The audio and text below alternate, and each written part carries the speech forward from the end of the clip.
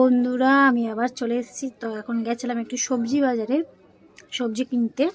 তো কিনে নিয়ে এলাম। সত্যি কথা বলতে এত সবজির দাম, মানে কিনে খাওয়ার আগে 10 বার ভাবি। তো কিনে নিয়ে এসেছি, দেখাই কী কী কিনেছি। তো বন্ধুরা, একটা বাঁধাকপি নিয়েছি, অনেকটাই ওজন আছে, 1 কিলোর বেশি, 30 টাকা নিয়েছে। 500 টমেটো, 500 কুমড়ো, মানে 30 টাকা, 15 টাকা করে, 30 টাকা কিলো।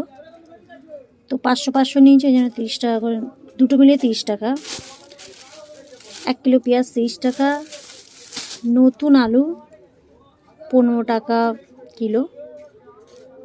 তো 2 কিলো নিয়েছি। এখানে হয়ে গেছে 120 টাকা, 120 টাকা হয়ে গেছে। এখন আমি করব কুমড়ো আলু ছক্কা আর রুটি, গরম গরম রাতের খাবার। তো চলো বানাই।